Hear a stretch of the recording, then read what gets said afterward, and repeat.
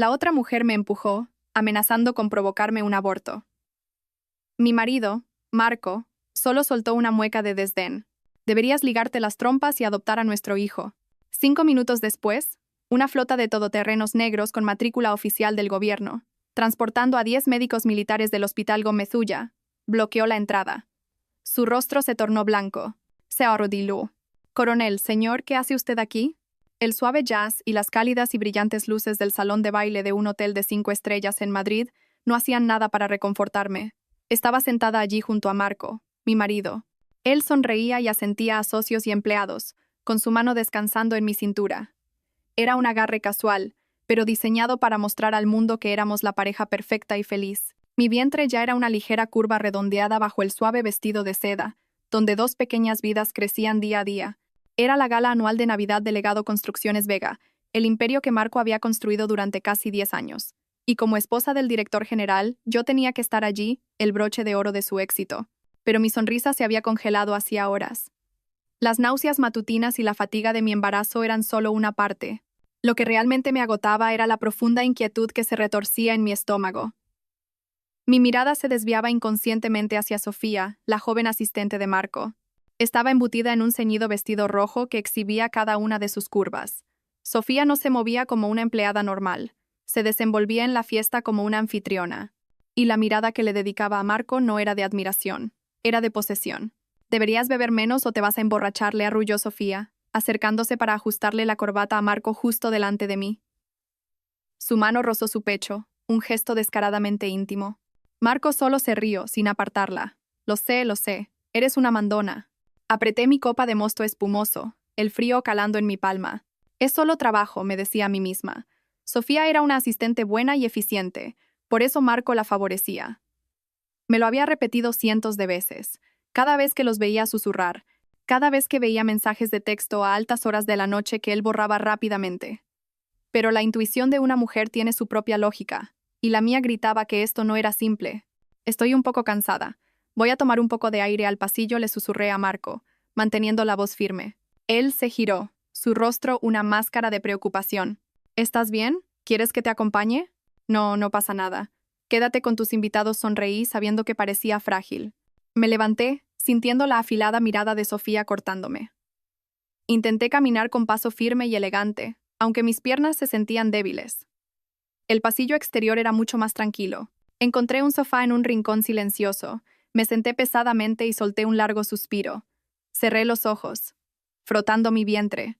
«Mis amores», susurré. «Lo siento. Mamá debería estar más feliz». Justo entonces, escuché esos familiares tacones altos y una voz empalagosa que no podía confundir. «¿Cuándo vas a dejar a esa vieja bruja? No quiero que nuestro hijo sea ilegítimo para siempre». Era Sofía. Mi corazón se encogió.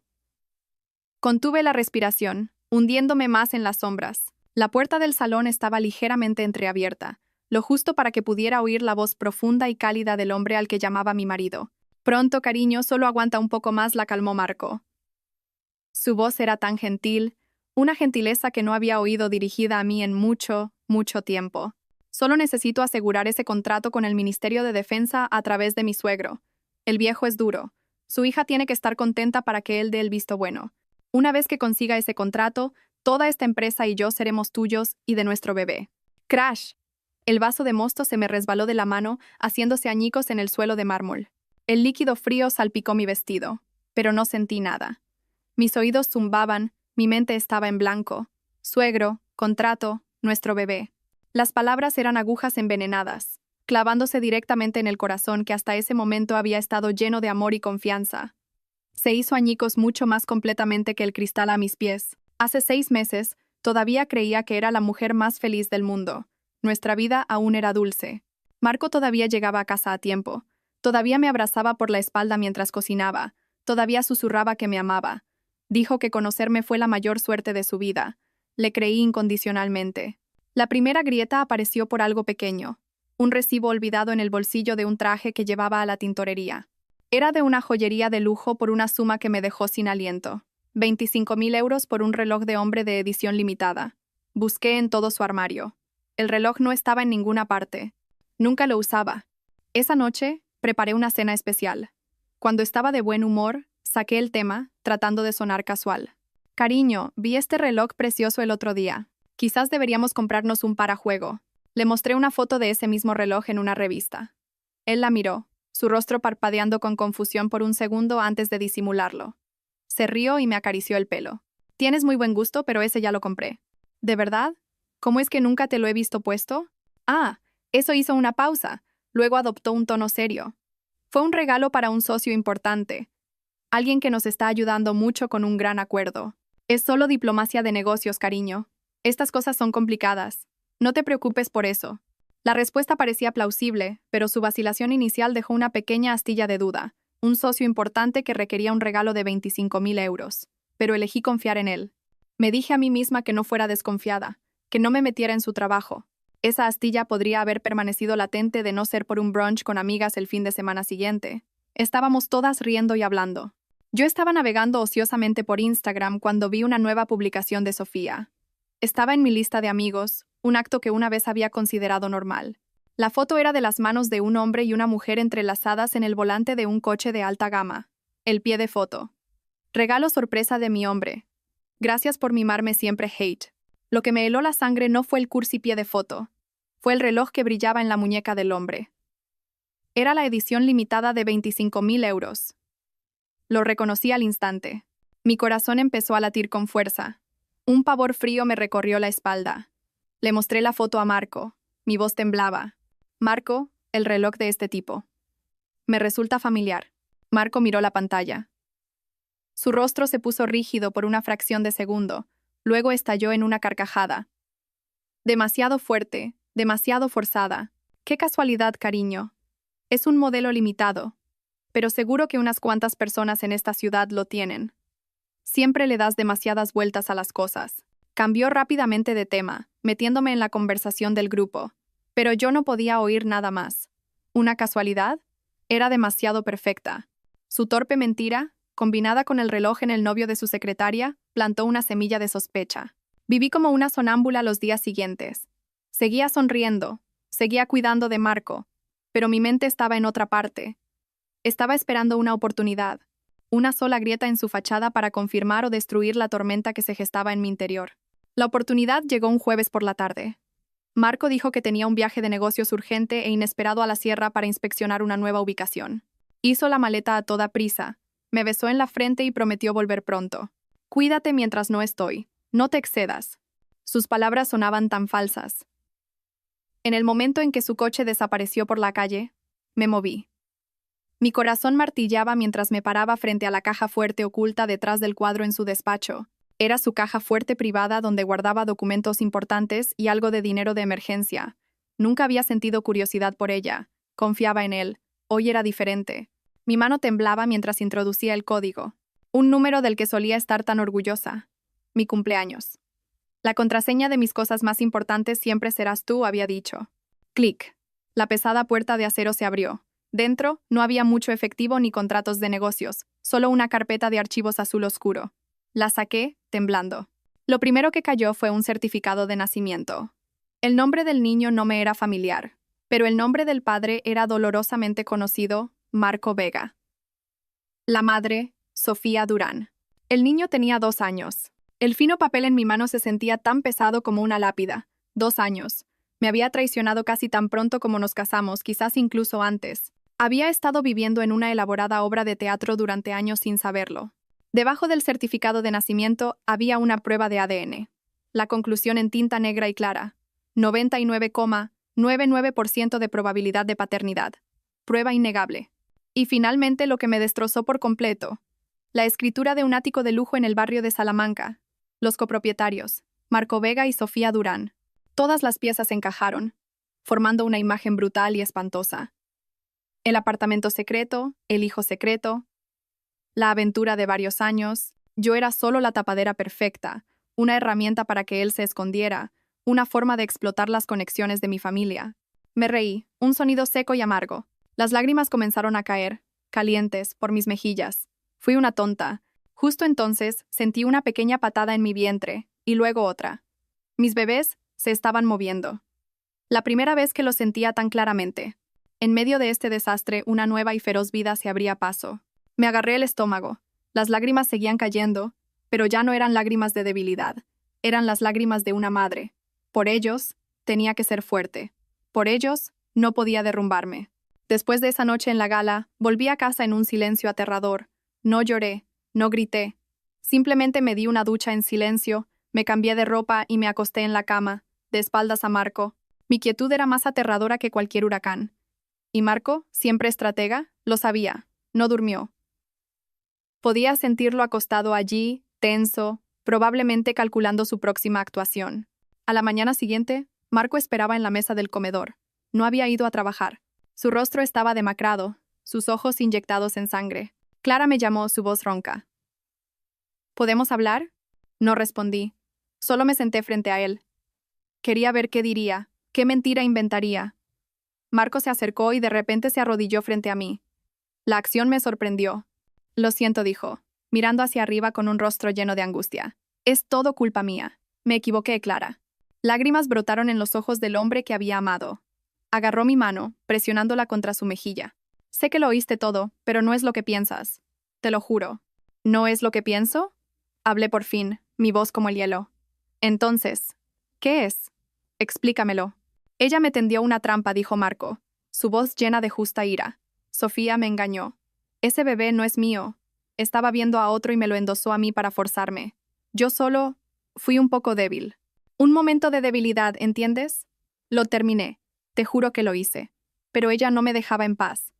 Amenazó con destruir nuestra familia. Tejió un cuento fantástico, una historia en la que él era la víctima. Un marido que se había descarriado pero que estaba dedicado a su familia. Dijo que se mantuvo en silencio porque tenía miedo de disgustarme, miedo de dañar el embarazo. Prometió arreglarlo todo, despedir a Sofía, darle una indemnización para que desapareciera. Su actuación fue impecable. Las palabras, las lágrimas, el agarre tembloroso de mi mano, todo era tan real. Si esta hubiera sido yo hace un mes, podría haberle creído. Podría haberme ablandado, abrazado y perdonado. Pero la Clara de hoy, la que había visto el contenido de esa caja fuerte, encontró su actuación patética y asquerosa. Le dejé hablar hasta que agotó su guión. Cuando solo quedaron sus sollozos ahogados, lentamente retiré mi mano. ¿Quieres que te crea? Pregunté, mi voz plana. Te lo ruego, asintió frenéticamente. Dame una oportunidad más, Clara. Una última oportunidad. Organizaré una reunión. Los tres. Haré que te diga la verdad a la cara. Está bien, lo miré profundamente a los ojos. Solían ser todo mi mundo. Ahora eran solo un espejo de sus mentiras, pero asentí. Bien, quiero escucharlo de ella. Nos reunimos en un tranquilo café con jardín, un lugar lo suficientemente privado para una conversación difícil, pero lo suficientemente público para mantener las cosas civilizadas. Llegué temprano y elegí una mesa al fondo. Pedí una manzanilla, tratando de mantener la calma. 10 minutos después, Marco y Sofía llegaron juntos. Marco llevaba su máscara de dolorido arrepentimiento. Pero Sofía, ella me sorprendió. Ya no estaba la mujer desafiante y sexy de la fiesta. Hoy, llevaba un vestido premamá holgado, pálido y modesto. Su rostro estaba libre de maquillaje, cetrino y cansado, sus ojos hinchados de llorar. Parecía una verdadera víctima. Se sentaron. El silencio era sofocante. Marco habló primero. Díselo, le dijo a Sofía, su voz firme pero teñida de piedad. Dile a mi esposa la verdad. Sofía miraba la mesa, retorciéndose las manos en el regazo. Sus hombros temblaban. Luego comenzó a llorar, sollozos suaves y rotos. Lo siento mucho, susurró. Es todo culpa mía. Yo no fui fuerte. He causado muchos problemas a vuestra familia. Me quedé en silencio, removiendo mi té frío. La obra había comenzado. La verdad es... Sofía levantó la vista, sus ojos rebosantes de lágrimas. Este bebé no es de Marco. Le mentí. Yo estaba con otro hombre y me abandonó. Tenía tanto miedo, así que le dije a Marco que era suyo. Solo quería apoyo. Sé que me equivoqué. Lo siento mucho. Lloraba mientras contaba su trágica historia. Una historia de abandono, de terror a ser madre soltera. Era una actuación diseñada para ablandar cualquier corazón. Marco se sentó a su lado, suspirando y negando con la cabeza, interpretando el papel del buen hombre que había sido manipulado emocionalmente. Clara Sofía de repente se inclinó hacia adelante, buscando mi mano. La retiré. Te lo ruego. Por favor, perdona a Marco. Es inocente. Solo intentaba ayudarme porque es demasiado bueno. Por favor, no rompáis vuestra familia por mi culpa. Prometo que cogeré el dinero que Marco me ofreció y... me iré lejos. Nunca más os molestaré. Sus palabras eran un cuchillo retorciéndose en mi herida. Estaba tratando de pintarme como la esposa egoísta e implacable. Miré a los dos, actuando su guión. Estaban tan sincronizados. Por un segundo, casi me río de su audacia. Miré debajo de la mesa. Vi la mano de Marco, apoyada en su propia pierna, estirarse en secreto, y darle a la mano de Sofía una suave y tranquilizadora palmadita. Un estímulo. Un buen trabajo. Eso era todo lo que necesitaba. Puse un billete de 20 euros en la mesa para mi té y lentamente me levanté. Marco y Sofía me miraron, sorprendidos. «Clara, ¿a dónde vas?», preguntó Marco, presa del pánico. Los miré por primera vez en toda esta conversación. Sonreí, una pequeña sonrisa que los hizo congelarse a ambos. «Ahora lo entiendo», dije. Luego me di la vuelta y me fui. No miré hacia atrás. No fui a casa. Simplemente conduje, terminando, como sabía que haría, en la tranquila calle arbolada de la zona residencial de la base aérea donde crecí. Mi madre me vio entrar, su rostro grabado con preocupación. Solo negué con la cabeza. Dije que estaba cansada y que quería descansar. Ella no insistió, solo fue a la cocina a prepararme una reconfortante taza de manzanilla. Mi padre estaba en el salón leyendo el periódico. El coronel Herrera, retirado. Toda una vida en el servicio le había dado una calma desconcertante y una mirada que lo veía todo. No necesitó preguntar. Simplemente lo supo. Dobló el periódico, se quitó las gafas y me señaló el asiento a su lado. «¿Qué pasa, cariño?». Su voz era profunda y firme, el sonido de la seguridad absoluta. Me senté y la presa de mi compostura se rompió. Enterré mi rostro en su hombro y sollocé. No le conté lo de la prueba de ADN o el ático. Solo lloré como una niña que ha sido herida y ha corrido al único lugar que importa. Él simplemente se sentó allí, dándome palmaditas en la espalda. Su mano era grande y cálida. Cuando finalmente me calmé, me entregó un vaso de agua. «¿Es Marco?», preguntó. Su voz suave pero firme. «¿Te está tratando mal?». Asentí. «Nunca me fié de él», suspiró papá. «Es listo, pero es una inteligencia taimada. Un hombre cuyos ojos siempre están buscando. Siempre calculando. No es el tipo de hombre que podría caminar con mi hija toda la vida». Sus palabras me dejaron atónita. Lo había visto desde el principio. Simplemente respetó mi elección. Yo era la única que había estado ciega. «Lo siento, papá, no te escuché». Él desestimó mi disculpa con un gesto. «El matrimonio es tu elección. La felicidad y el dolor son tuyos. No podemos vivir tu vida por ti, pero recuerda esto», me miró directamente a los ojos, su voz adquiriendo el filo agudo de un comandante. «Eres mi hija. Eres la nieta de tu abuelo. Pueden herirte, puedes caer, pero no permitirás en absoluto que nadie pisotee tu honor, ni el de esta familia. Si ese hombre te ha hecho daño, no tienes por qué tolerarlo. Dímelo». Sus palabras fueron como una descarga eléctrica. No era solo consuelo, era una garantía. Detrás de mí estaba todo el peso y el honor de una familia militar. No estaba sola. Me sequé las lágrimas y asentí, con la columna recta. «Sí, señor. Entendido». Me quedé a pasar la noche. Por primera vez en meses dormí profundamente. A la mañana siguiente, mientras salía de la base en coche, me miré en el espejo retrovisor. Mis ojos todavía estaban hinchados, pero el miedo había desaparecido. En su lugar había una resolución fría y dura. Regresé a la casa que una vez llamé hogar. Ahora, cada pared, cada objeto familiar parecía burlarse de mi estupidez. Tenía que continuar con la farsa, interpretar el papel de la esposa indulgente, que había sido convencida por las patéticas mentiras de su marido. Esa noche, Marco llegó a casa con un enorme ramo de rosas. «Para ti y los bebés», dijo, sonriendo. «Olvidemos lo que pasó, ¿vale? Fue solo una pesadilla». Tomé las flores. «Confío en ti», dije, mi voz suave mientras mi corazón gritaba, «mentiroso». Él se relajó visiblemente, creyendo que había esquivado la bala. No sabía que el fuego no se había extinguido. Simplemente se había vuelto subterráneo, convirtiéndose en magma, esperando hacer erupción. Mi vida se convirtió en una doble actuación. De día, era la esposa amorosa y dócil. De noche, era una mujer con una misión. Encontré a la mejor abogada de divorcios de la ciudad, una tiburona conocida por manejar casos corporativos de alto patrimonio.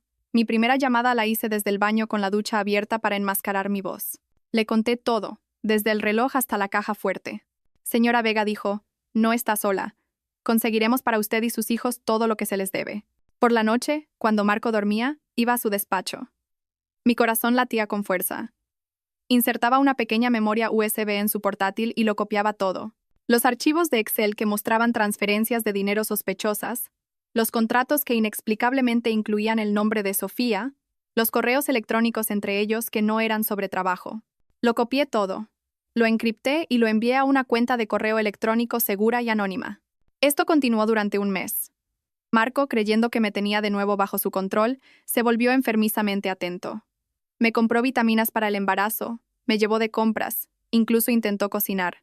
Todo era tan perfecto, y todo me daba asco. Necesitaba un último empujón. Tenía una última carta que jugar. Esa noche preparé una cena sencilla. Cuando casi habíamos terminado, dejé el tenedor, mi rostro un cuadro de nerviosa vacilación. Marco, dije suavemente, «Tengo algo que decirte». Él levantó la vista, curioso. «¿Qué pasa, cariño? Pareces extraña». Respiré hondo, poniendo mi mano en mi estómago. Lo miré directamente a los ojos, deseando que las lágrimas de alegría brotaran. «Marco, estamos embarazados». El tenedor cayó de su mano, el sonido agudo en la silenciosa habitación. Se congeló. Su rostro se puso rígido. La alegría que esperaba nunca llegó. En cambio, por una fracción de segundo, lo vi. Pánico puro e inalterado. Sus pupilas se contrajeron. Su sonrisa se congeló. Estaba aterrorizado. Pero Marco era un actor brillante.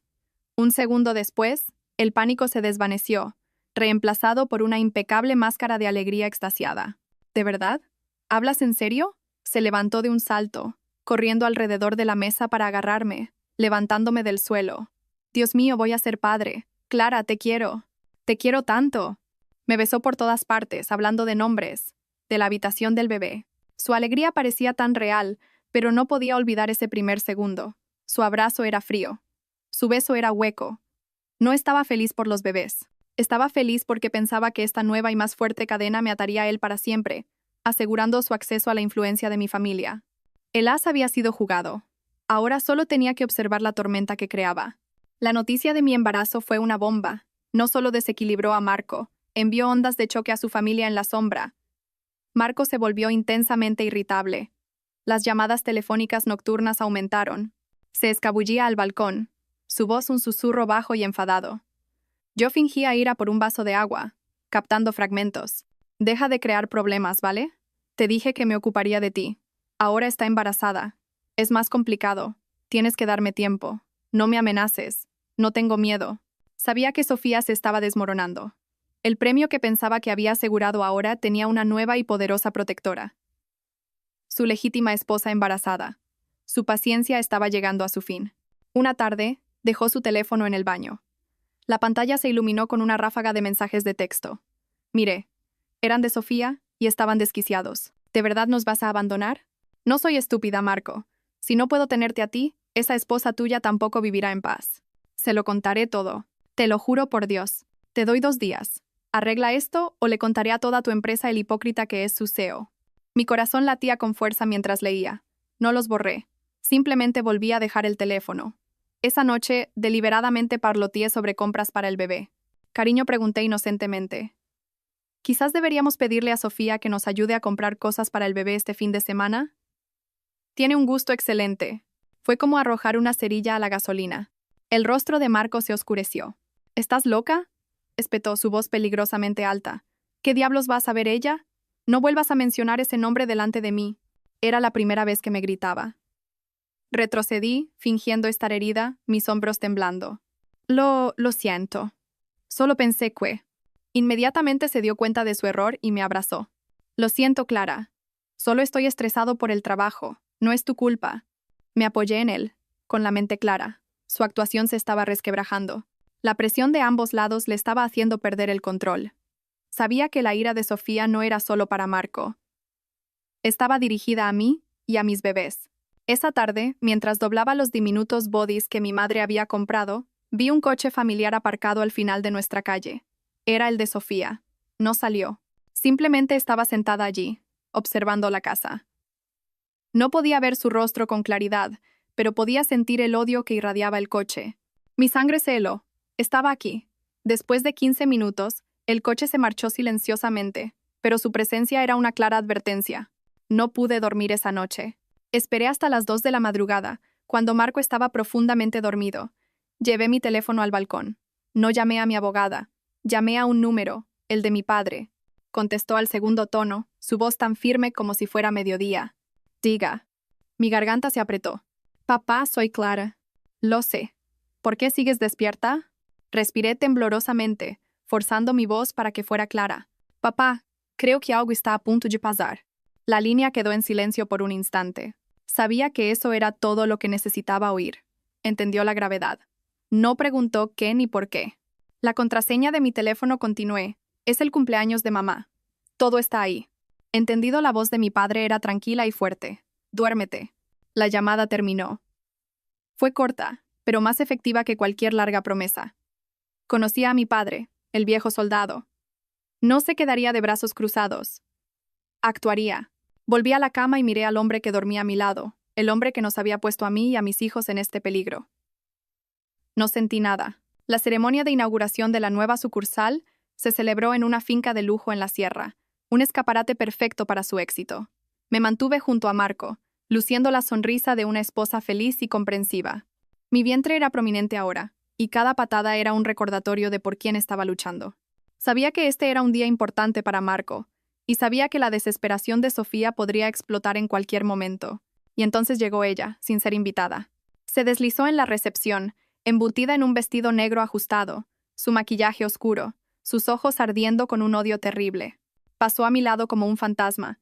Luego se detuvo y me hizo una seña para que la siguiera. Sabía que no podía huir. Tenía que enfrentarla de una vez por todas. Le dije a Marco que necesitaba ir al baño. Luego seguí en silencio a Sofía hacia la apartada escalera de servicio, un espacio de luz amarilla tenue y aire frío. «¿Crees que has ganado, verdad?», habló Sofía primero, su voz un siseo de celos, usando esa barriga para encadenarlo. «¿De verdad crees que puedes vencerme?». La miré con calma. «No tengo tiempo para jugar a ganar o perder contigo. Si quieres hablar, habla con respeto». Mi compostura pareció enloquecerla. «¿Con respeto? Me robaste a mi hombre. Robaste el futuro de mi hijo. ¿Y esperas que sea respetuosa?». Acortó la distancia entre nosotras, escupiendo cada palabra, su aliento cargado de odio. «¿Crees que ese embarazo lo retendrá? Sigue soñando. Eso es entre él y yo». Puse una mano sobre mi estómago, un gesto inconsciente para proteger a mis hijos. «No tiene nada que ver contigo». «¿Nada que ver conmigo?». Sofía se rió, un sonido agudo e histérico. «Todo lo que tiene que ver con él, tiene que ver conmigo. Tú y esa pequeña carga en tu vientre sois los únicos obstáculos». Se abalanzó. No tuve tiempo de reaccionar. Las manos de Sofía, con las uñas pintadas de un rojo brillante, empujaron con fuerza contra mi abdomen. Fue una fuerza viciosa y poderosa, impulsada por la malicia. «Tú y el bebé tenéis que desaparecer». Mi mundo se inclinó. Perdí el equilibrio. Mi cuerpo se sintió suspendido en el aire. Traté desesperadamente de agarrarme a algo, pero solo había espacio vacío. Mi grito fue engullido por la desierta escalera. Lo último que vi fue la sonrisa torcida y triunfante de Sofía antes de que mi cuerpo rodara por los fríos escalones de mármol. El dolor golpeó como 100 cuchillos rasgándome. Mi cabeza golpeó un escalón. Todo se volvió borroso, disolviéndose en vetas de luz indistintas. Oí gritos, el rápido golpeteo de pasos. Yacía acurrucada al pie de las escaleras, y una sensación cálida y húmeda se extendió debajo de mí. «Sangre». Mis bebés, susurré. El pánico estranguló mi corazón. A través de la neblina del dolor y las lágrimas, vi a Marco correr hacia mí. Parecía genuinamente aterrorizado. Casi extendí la mano hacia él. Mi marido, el padre de mis hijos. Pero no se detuvo. Pasó justo por encima de mí y corrió directamente hacia Sofía, que estaba apoyada contra la pared, fingiendo conmoción y temblando. «¿Estás bien? ¿Te has hecho daño?», preguntó, su voz llena de una abrumadora preocupación y desvelo por ella. Yacía allí observando la escena. El dolor físico no era nada comparado con la agonía que aplastaba mi alma. En el momento de vida o muerte para mí y sus hijos, lo primero que hizo fue consolar a su amante. Solo después de asegurarse de que Sofía estaba bien, Marco finalmente se giró y corrió de vuelta hacia mí. Su rostro todavía estaba pálido de miedo. La gente comenzó a remolinarse a nuestro alrededor, susurrando ansiosamente. «Llamad a una ambulancia», gritó alguien. Marco se arrodilló a mi lado. Pensé que quizás un último destello de conciencia se había encendido en él, pero no. Se inclinó. Su rostro cerca del mío, sus ojos fríos y distantes, Su voz no era de preocupación. Era una orden escalofriante susurrada en medio del caos. Deberías ligarte las trompas, Iseo. Las palabras perforando mi oído como pequeñas agujas, y adoptar a nuestro hijo. Deberías considerarte afortunada de conseguir eso. Mi mundo no se hizo añicos por la caída o la hemorragia. Se hizo añicos por esa frase. Las palabras de un demonio. No solo quería que mis hijos murieran, quería despojarme de mi maternidad para siempre y obligarme a criar a su hijo bastardo. Era la crueldad máxima e inimaginable. Lágrimas brotaban de mis ojos. Quería gritar, maldecirlo, pero solo sonidos rotos escapaban de mi garganta. El dolor en mi abdomen empeoró y mi conciencia comenzó a desvanecerse. La última imagen que vi antes de que la oscuridad me consumiera fue el rostro de Marco, familiar pero ajeno, el rostro de un demonio. Justo entonces, un sonido extraño resonó desde el exterior. No era el habitual estruendo de una sirena de ambulancia, era un retumbar profundo, autoritario y constante, como un trueno lejano acercándose. Todos se congelaron, mirando hacia la entrada principal. Entonces apareció la impresionante vista. No uno, sino un convoy de todoterrenos negros con matrícula oficial del gobierno, deteniéndose con precisión frente al vestíbulo principal. Las luces de emergencia parpadeaban en silencio, creando una presión invisible que extrañamente calmó el caótico espacio. La puerta del vehículo de mando principal se abrió, y un hombre alto con uniforme de capitán salió. Su postura impecable. Siguiéndole desde los otros vehículos había todo un equipo de médicos y enfermeras militares del Hospital Gómez Ulla, moviéndose con rapidez y profesionalismo. Marco se quedó helado, todavía arrodillado a mi lado, su rostro cambiando instantáneamente, transformándose de un pánico fingido a un desconcierto incontenible. «¿Militares?», tartamudeó. «¿Por qué están aquí?». La puerta del segundo vehículo de mando se abrió, y un hombre de mediana edad, de postura recta y cabello canoso, vestido de civil pero exudando una autoridad innegable, salió lentamente. Era mi padre. En el momento en que Marco lo vio, pareció como si un rayo lo hubiera alcanzado. Su cuerpo comenzó a temblar, sus piernas cedieron, se desplomó lentamente, cayendo de rodillas sobre el frío suelo de mármol. Su mandíbula se desencajó, sus ojos se abrieron de par en par, mirando a mi padre como si fuera un fantasma. Coronel, señor, ¿qué hace usted aquí?». Su voz se quebró, una mezcla de terror, confusión y total incredulidad. La bomba que había tratado desesperadamente de enterrar acababa de explotar en su cara en el momento que menos esperaba. Mi padre no respondió, ni siquiera miró a Marco. La mirada del viejo soldado estaba fija en un solo objetivo, su hija yaciendo rota en un charco de sangre. Aparte ordenó mi padre, su voz profunda y cortante, una orden que nadie se atrevió a desobedecer. 2 médicos militares se acercaron de inmediato, tomándome con delicadeza pero con firmeza del flojo agarre de Marco. Me colocaron en una camilla que esperaba. Los procedimientos fueron rápidos, profesionales y perfectamente coordinados. Una doctora me revisó el pulso y la presión arterial al instante, mientras otro comenzaba a ponerme una vía intravenosa. Paciente crítica, hemorragia severa, signos de shock. «Necesitamos trasladarla de inmediato», anunció la doctora, su voz clara y urgente. Me llevaron en la camilla pasando junto a Marco, que permanecía arrodillado en el suelo. Lo vi levantar la vista, su rostro ceniciento, desprovisto de todo color. Parecía pequeño, patético. Dentro de la ambulancia militar no había pánico, solo una intensa concentración. Sentí una mano cálida agarrar la mía. «Soy papá», susurró. No dijo nada más. Solo se sentó a mi lado, su presencia una sólida montaña protegiéndome de la tormenta. «Directos al Gómez Ulla. Notifiquen al jefe de servicio que prepare el quirófano 1. Bloqueen toda la información», ordenó mi padre por una radio segura. Su voz era tranquila pero llena de autoridad absoluta. Mientras la sirena de la ambulancia se desvanecía en la noche, me desvanecí en la inconsciencia. Pero esta vez no tenía miedo. Sabía que estaba a salvo. Cuando desperté, el familiar olor antiséptico de un hospital llenó mis fosas nasales.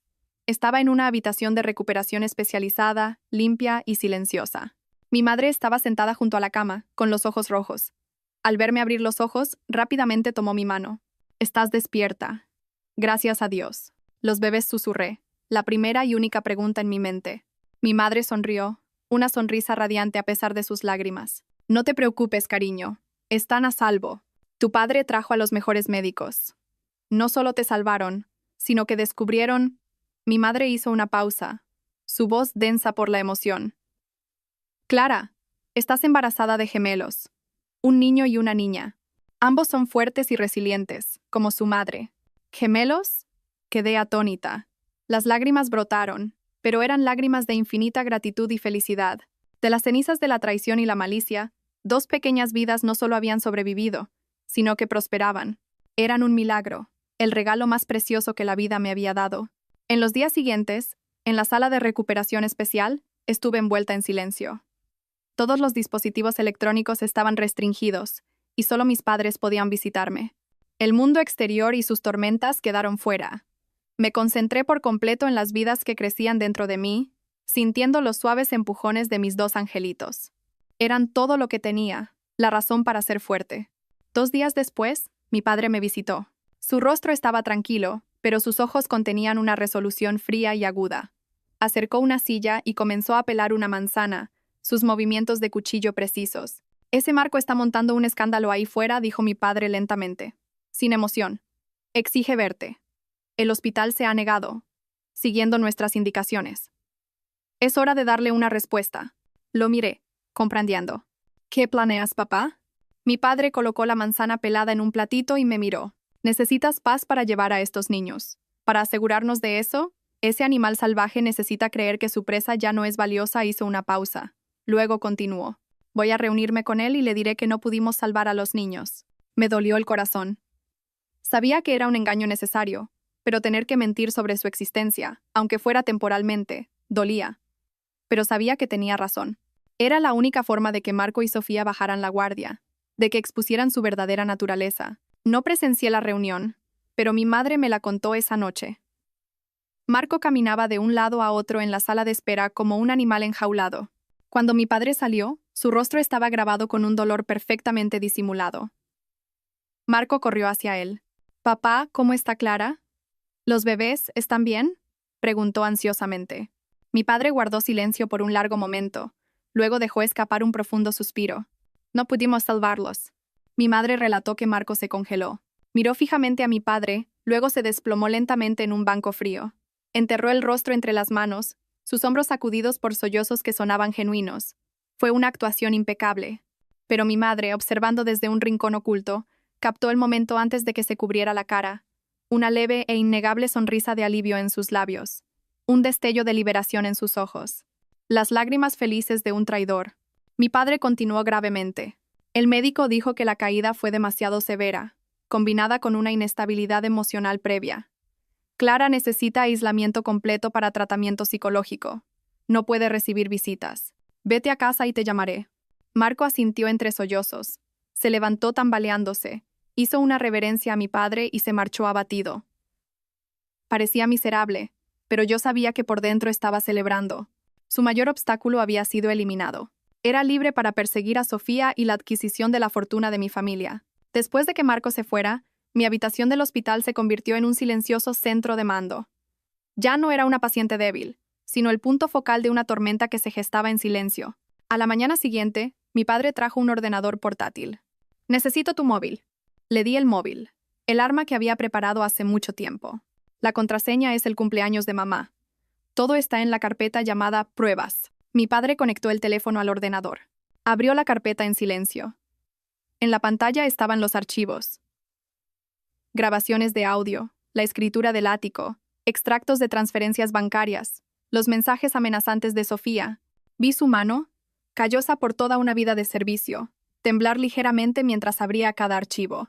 Escuchó las grabaciones, leyó las amenazas de Sofía y revisó los extractos bancarios que detallaban transferencias de millones a su cuenta.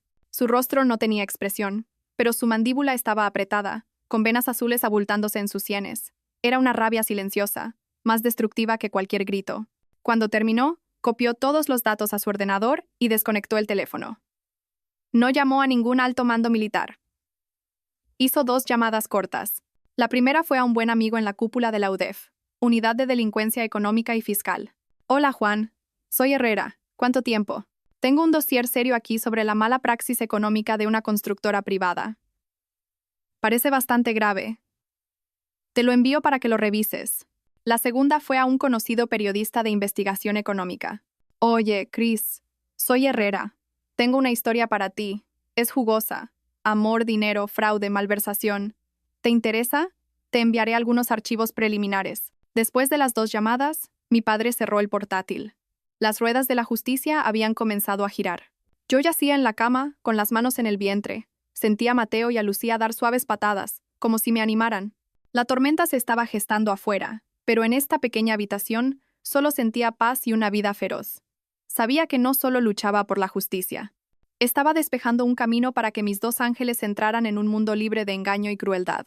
La tormenta golpeó más rápido de lo que esperaba. No fue ruidosa.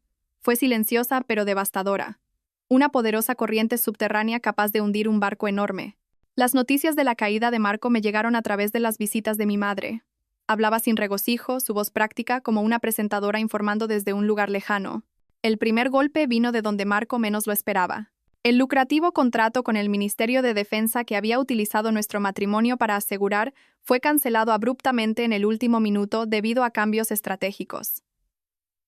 Fue el disparo que se oyó en todo el mundo. Inmediatamente, las fichas de dominó cayeron. Un equipo de inspectores de Hacienda descendió sobre el legado Construcciones Vega. Trabajaron día y noche, escudriñando cada libro de contabilidad. Todas las cuentas bancarias de la empresa y personales fueron congeladas para la investigación. Me llamó docenas de veces, relató mi madre pelando una naranja, su voz uniforme. Estaba histérico. No paraba de preguntar por qué y quién estaba detrás de esto. Solo le dije que no sabía nada y colgué. Marco, privado de fondos, vio cómo sus proyectos en curso se paralizaban. Los acreedores, que una vez lo adulaban, descendieron como buitres, asediando su oficina con pancartas de protesta y demandas. El exitoso joven CEO se vio reducido a un patético fracasado, escondido dentro de su propia empresa en colapso. El imperio que Marco había construido, en parte con talento, pero sobre todo con mentiras y manipulación, se derrumbó en menos de una semana. Sus cimientos estaban podridos. Un viento fuerte fue todo lo que se necesitó. Escuché los informes de mi madre con una ironía distante. Una vez había dicho arrogantemente que yo estaría mendigando en las calles sin él. Ahora era él quien se enfrentaba a la ruina. La vida realmente era justa, a veces cruelmente justa. Me froté el vientre.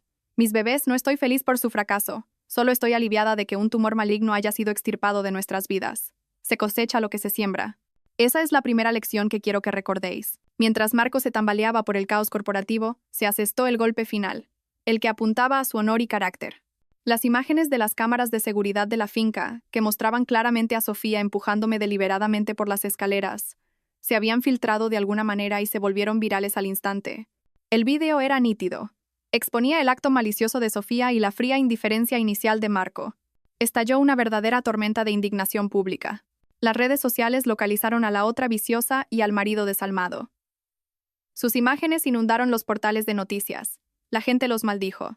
La presión de la opinión pública fue tan inmensa que las autoridades no tuvieron más remedio que actuar. Sofía fue citada para un interrogatorio policial por intento de agresión y lesiones graves. Mi abogada me informó de que con la prueba de video innegable y mis informes médicos, era poco probable que Sofía escapara al castigo. Y fue entonces cuando se reveló el rostro más despreciable de Marco.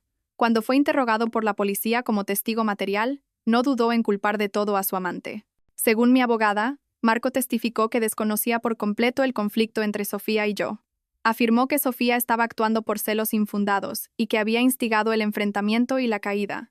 Interpretó el papel del marido afligido, una víctima engañada y cuya familia fue arruinada por su amante enloquecida. Se convirtió de cómplice en una patética víctima. Al oír esto, solo pude negar con la cabeza y sonreír débilmente. El amor del que Sofía se había jactado, el hombre por el que había sacrificado todo, no dudó en desecharla como un zapato viejo para salvarse a sí mismo. Una relación construida sobre el engaño y la codicia solo podía terminar en traición. Ya no me importaba qué sentencia recibieran. Ellos mismos se habían sentenciado hacía mucho tiempo. Solo sentía lástima por los niños.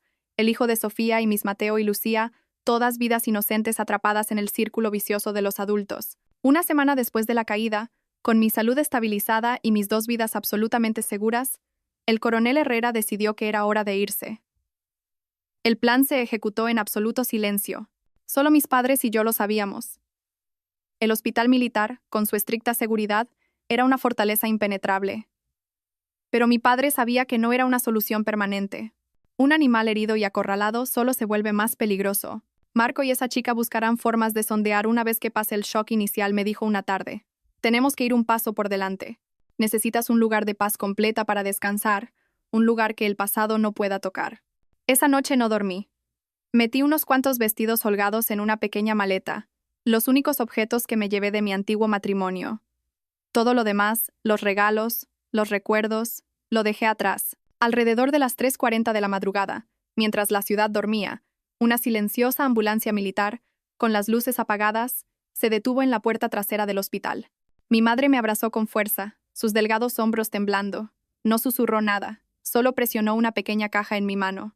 Los pendientes de perlas de tu abuela, guárdalos. Serán la dote para mi nieta algún día. Las lágrimas llenaron mis ojos. La abracé con fuerza. Mi padre se paró a nuestro lado, poniendo una mano en mi hombro, una pequeña palmada que contenía 1000 palabras de consejo. Sube, cariño, yo me encargaré de todo aquí. Subí a la ambulancia sin mirar atrás, temiendo derrumbarme. El vehículo rodó en silencio, llevándome por una ruta segura hasta el aeropuerto. Evité todos los controles de seguridad. Todo estaba meticulosamente arreglado. Sentada en una sala de espera privada, inconscientemente me froté el vientre. Mis amores, estamos a punto de comenzar un nuevo viaje. Solo nosotros 3. Cuando el avión despegó, atravesando las densas nubes para encontrar los primeros rayos del amanecer, miré hacia la ciudad que se encogía. Ese lugar contenía mi pasado, mi dolor, mi traición y un amor muerto. Mi destino era un tranquilo pueblo costero, un lugar extraño que me resultó instantáneamente familiar. Mi padre había conseguido una pequeña casa en un callejón tranquilo a solo unos minutos a pie de la playa. No era grandiosa, pero tenía un pequeño patio lleno de bugambillas y un balcón que daba a un trozo de mar azul en la distancia. Comencé mi nueva vida con un nuevo nombre y un nuevo número de teléfono.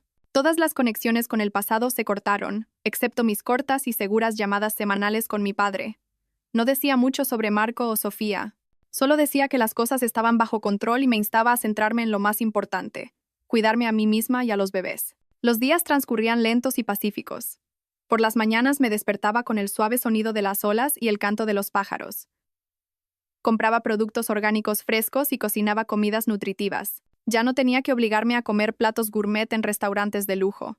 Comía comida sencilla y reconfortante que me recordaba a mi infancia.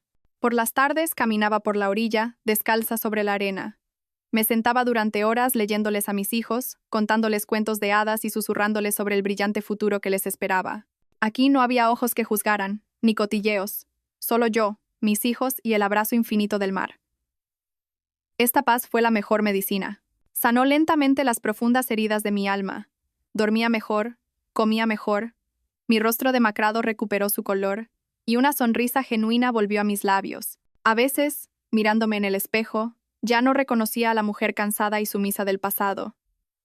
Veía a una madre, una mujer renacida de las cenizas, fuerte y resiliente. El día tan esperado finalmente llegó en una mañana de verano. Cuando los primeros rayos de sol se colaron por la ventana, las contracciones del parto golpearon, feroces e implacables. Pero en lugar de pánico sentí una extraña calma. Estaba lista. Todo salió según el plan de mi padre. Me llevaron a un prestigioso hospital de maternidad donde un equipo de los mejores médicos me esperaba. Eran amigos de confianza de mi padre, soldados con batas blancas, y su presencia me dio una seguridad absoluta. El dolor se intensificó, amenazando con desgarrarme. Apreté los dientes. En los momentos en que pensé que no podría soportarlo, pensé en mis 2 bebés, en el rostro de mi padre, en los ojos de mi madre. No estaba sola, tenía que ser fuerte. Empuja, querida. Veo la cabeza, me animó la matrona. Canalicé toda mi fuerza restante en un último empujón. Un momento después, un llanto claro y poderoso estalló, llenando la sala de partos. Era mi hijo. No pude saborear la alegría, ya que el dolor regresó. Todavía me quedaba un ángel más. Respiré hondo y continué mi lucha. Unos minutos después, otro llanto, ligeramente más débil, pero lleno de vida. Era mi hija. Enhorabuena, un niño y una niña. La madre y los bebés están perfectamente sanos, anunció el jefe de servicio radiante. Cuando las 2 diminutas vidas rojas fueron colocadas sobre mi pecho, todo el dolor se desvaneció. Temblé al tocar sus rostros, sus pequeños dedos apretados. Mis hijos, mi carne y mi sangre, eran hermosos, como ángeles. Las lágrimas fluyeron, no de dolor o pena, sino de una alegría abrumadora y un amor sin límites. A mi hijo le puse Mateo y a mi hija Lucía. Elegí nombres que sentía fuertes y llenos de esperanza para la nueva vida que comenzábamos. Mirando sus rostros dormidos, supe que mi vida había entrado en un nuevo capítulo. A partir de este momento, ya no vivía para mí. Vivía para Mateo y Lucía. La vida como madre primeriza de gemelos fue dura, pero llenó cada día de una felicidad dulce y ajetreada. Las noches sin dormir, los interminables cambios de pañales, los momentos en que ambos lloraban a la vez, nada de eso me cansaba. Solo ver la sonrisa de Mateo o el adorable bostezo de Lucía hacía desaparecer todas las dificultades. 6 meses después, cuando los bebés entraron en la etapa de la alimentación complementaria, me di cuenta de un problema. La comida para bebés comercial, aunque conveniente, carecía de la calidad y trazabilidad que yo quería. Usando los conocimientos de nutrición que había adquirido durante mi embarazo, decidí preparar toda su comida yo misma. Mi pequeña cocina se convirtió en un laboratorio donde experimentaba con purés y sencillas papillas de verduras, asegurándome de que fueran deliciosas y nutritivas. Al ver a Mateo y Lucía prosperar, regordetes y sanos, mis vecinos sintieron curiosidad. Compartí felizmente mis recetas. Pronto, una vecina, luego 2, me pidieron que preparara comida para bebés para sus propios hijos, demasiado ocupadas con el trabajo para hacerlo ellas mismas. Una idea surgió. ¿Por qué no convertir esto en un pequeño negocio? Necesitaba independencia financiera para darles a mis hijos la mejor vida sin depender de mis padres. Comencé con cautela. Creé una pequeña página de Facebook con un nombre sencillo: La cocina de Mateo y Lucía. Publiqué fotos de las comidas que preparaba para mis gemelos, los ingredientes frescos que elegía, junto con consejos sinceros sobre nutrición infantil. No hice publicidad a bombo y platillo. Lo compartí con la sinceridad de una madre. Los primeros pedidos vinieron de vecinos, luego de sus amigos. La voz se corrió. Las madres compartieron el secreto de una fuente de comida para bebés limpia y consciente. Mi página de Facebook creció. Las críticas positivas y las fotos de bebés comiendo felices que enviaban los clientes eran mi mayor motivación. El trabajo se intensificó.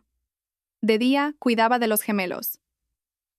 Por la noche, después de que Mateo y Lucía se durmieran, me afanaba en la cocina preparando, cocinando y empaquetando pedidos. Era agotador pero gratificante. Por primera vez, sentí la felicidad de ganar dinero con mi propio trabajo y pasión. Ya no era la mujer que dependía de su marido. Me había convertido en una madre soltera emprendedora, una versión más fuerte y segura de mí misma. El tiempo pasó rápidamente en el pueblo costero. Mi marca, la cocina de Mateo y Lucía, creció desde una pequeña cocina. Alquilé un local más grande y contraté a 2 ayudantes. Estaba ocupada, pero siempre sacaba tiempo por la tarde para llevar a los niños a la playa. Mateo y Lucía crecían rápido, ya balbuceando mamá. Sus dulces voces derretían toda mi fatiga. Casi me había olvidado de Marco y Sofía. El pasado era una película lejana y desvaída que ya no deseaba volver a ver. Pero una tarde, mientras buscaba en línea nuevas ideas para la alimentación complementaria, un titular en un portal de noticias me hizo detenerme. Exsecretaria condenada a libertad condicional por agredir a la esposa de un CEO. Revela detalles impactantes. Curiosa, hice clic. El artículo detallaba el juicio de Sofía. Con las pruebas de vídeo, había sido condenada a 2 años de libertad condicional. Pero lo que me llamó la atención fueron los párrafos finales, que relataban el testimonio de Marco, donde negaba por completo toda responsabilidad, culpando a Sofía y presentándose a sí mismo como un trágico marido engañado por su amante. Luego vino la propia sentencia de Marco. Fue condenado a 7 años de prisión por fraude, malversación y delito societario, causando graves pérdidas.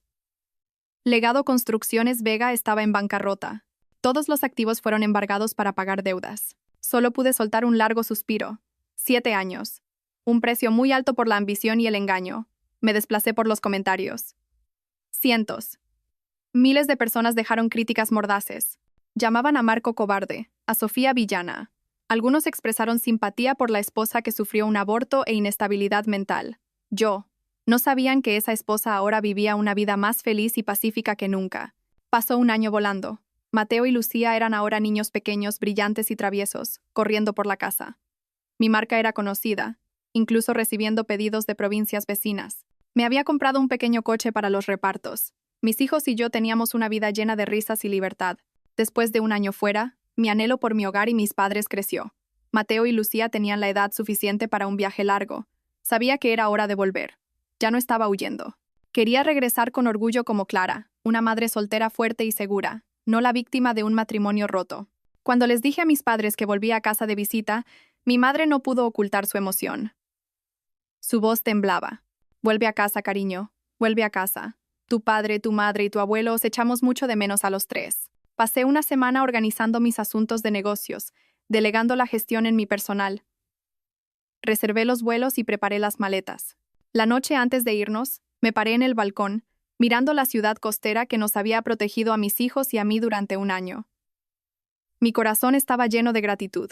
Esta tierra me había sanado y me había dado un nuevo comienzo. Cuando el avión aterrizó en el familiar aeropuerto, respirando el aire ligeramente más fresco de mi ciudad natal, una mezcla de emociones me invadió. Era la misma ciudad, las mismas calles, pero yo ya no era la mujer que solía ser. Mis padres y mi abuelo esperaban en la sala de llegadas. En el momento en que vieron a Mateo y Lucía, no pudieron contener las lágrimas.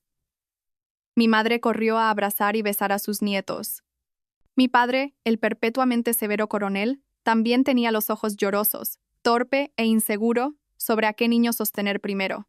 Mi abuelo simplemente se quedó allí, sonriendo suavemente, sus ojos brillando de felicidad. Al ver esa reunión, supe que mi decisión de volver era absolutamente correcta. Los días en casa de mis padres fueron de completa felicidad. La casa siempre estaba llena de las risas de Mateo y Lucía.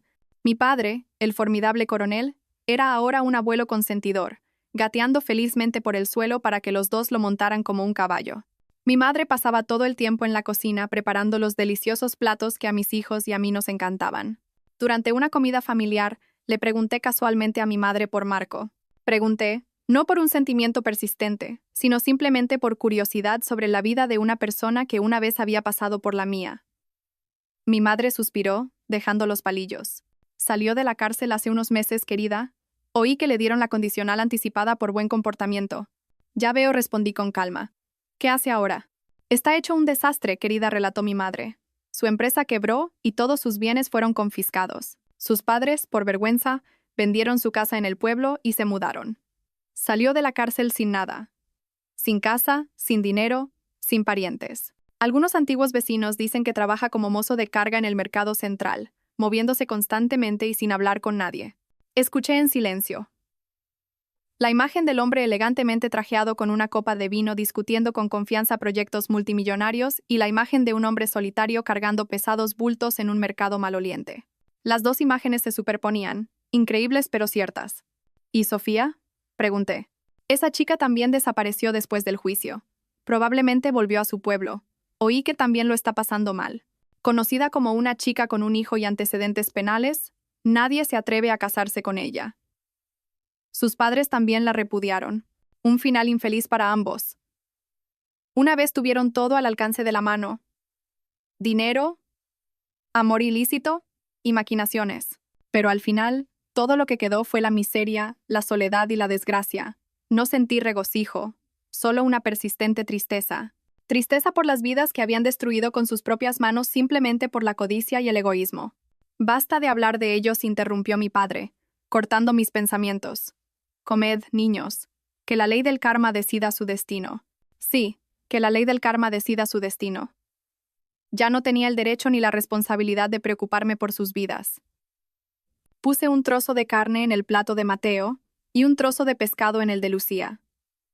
Viéndolos comer felices, supe que mi felicidad estaba aquí, simple y pacífica, en el abrazo de mi familia. Decidí quedarme en la ciudad un tiempo. Podía gestionar mi negocio en el pueblo costero de forma remota y quería que Mateo y Lucía pasaran más tiempo con sus abuelos.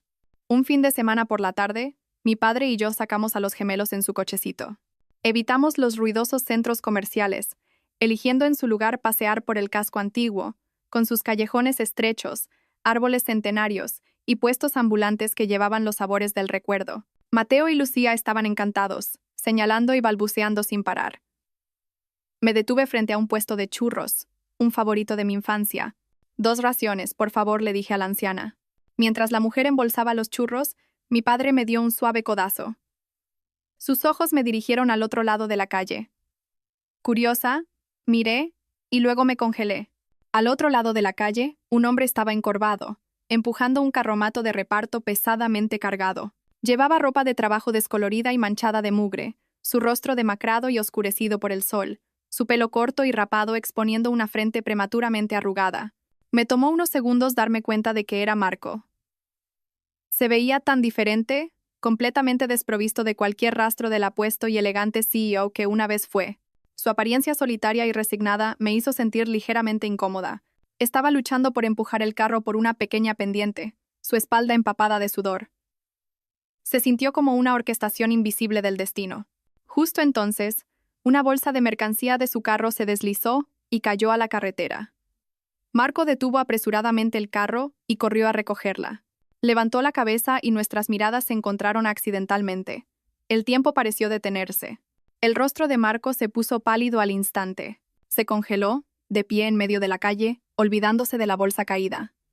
Sus ojos se abrieron de par en par, mirándome como si no pudiera creerlo. Vi confusión, profunda vergüenza y un dolor incontenible en su mirada. Yo estaba igualmente nerviosa. No esperaba encontrarme con él en una circunstancia tan incómoda. Rápidamente aparté la cara, con la intención de coger los churros e irme de inmediato. Pero era demasiado tarde. Me había visto y, lo que es más importante, había visto a Mateo y Lucía sentados en el cochecito. Marco permaneció inmóvil en medio de la carretera, ignorando los claxones de los coches detrás de él. No le importaba la bolsa que yacía intacta en el suelo. Todo su mundo parecía haberse reducido a los dos rostros infantiles en el cochecito. Vi sus labios moverse, pero no oí ningún sonido. Su rostro demacrado y oscurecido ahora mostraba un asombro extremo, una profunda incredulidad mezclada con un frenético destello de esperanza.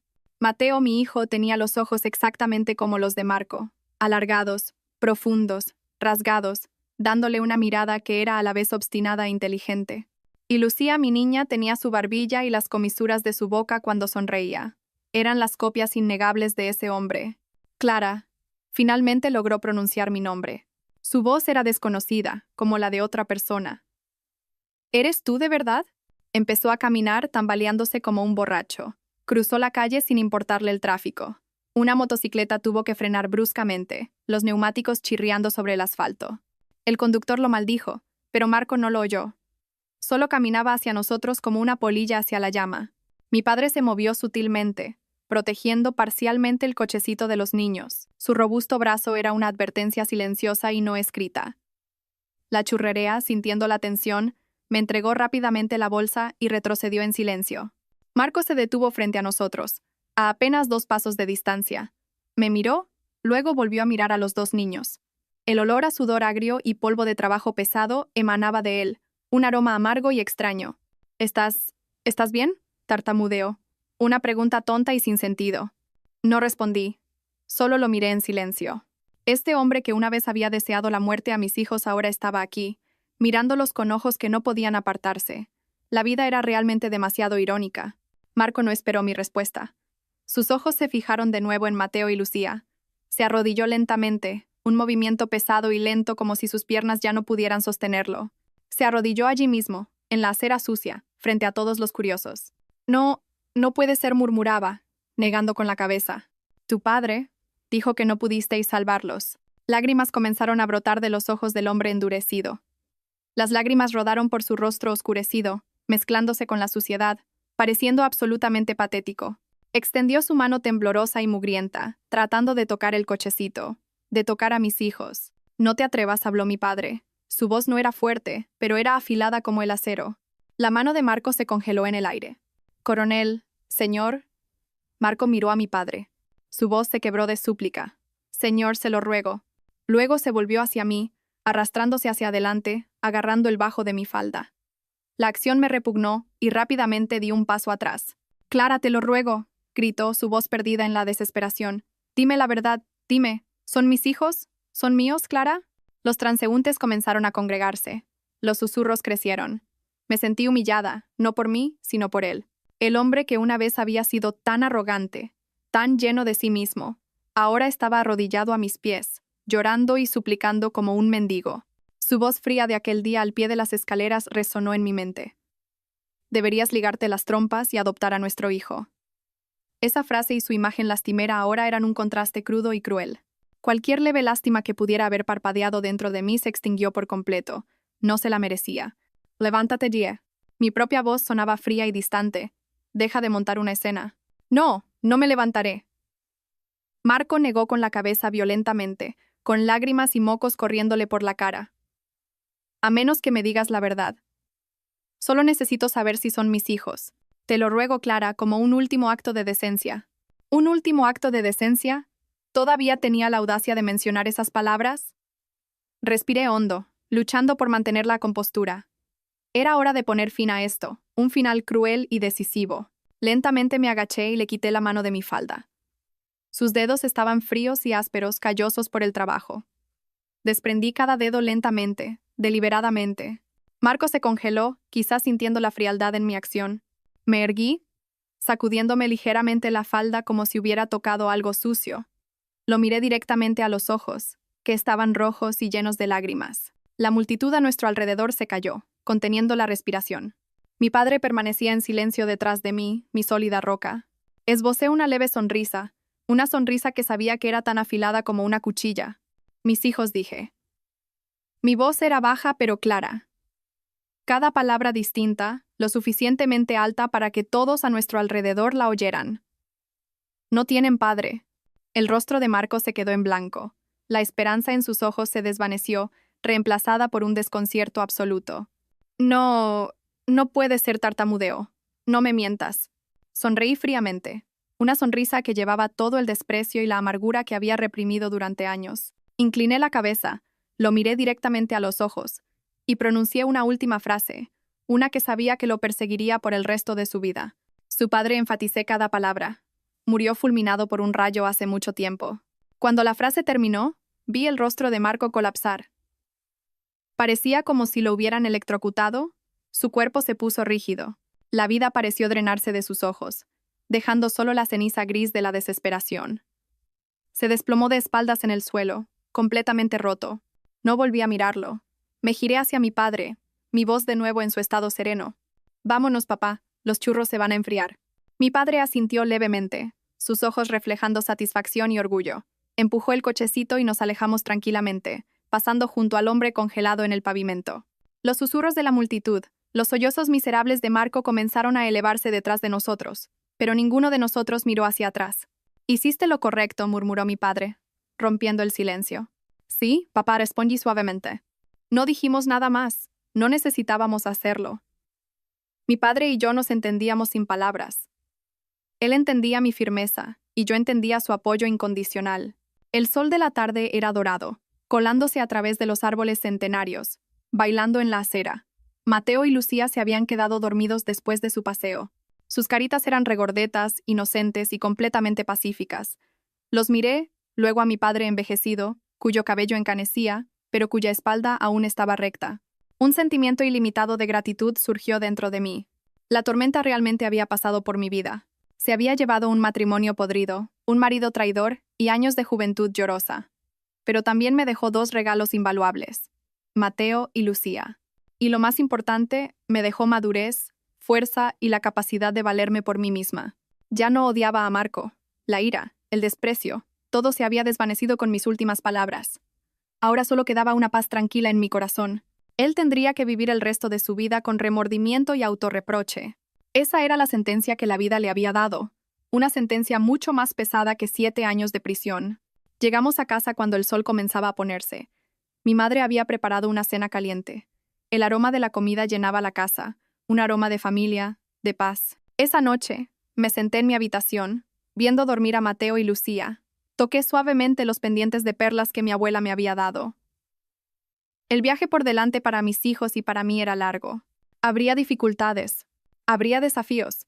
No sabía a dónde nos llevaría el futuro ni a quién conoceríamos. Pero ya no tenía miedo, porque sabía que mientras mi corazón permaneciera bondadoso, mientras caminara con mis propios pies, y mientras tuviera a mi familia a mi lado, no importaba a dónde fuera, sería el camino que conduce a la felicidad.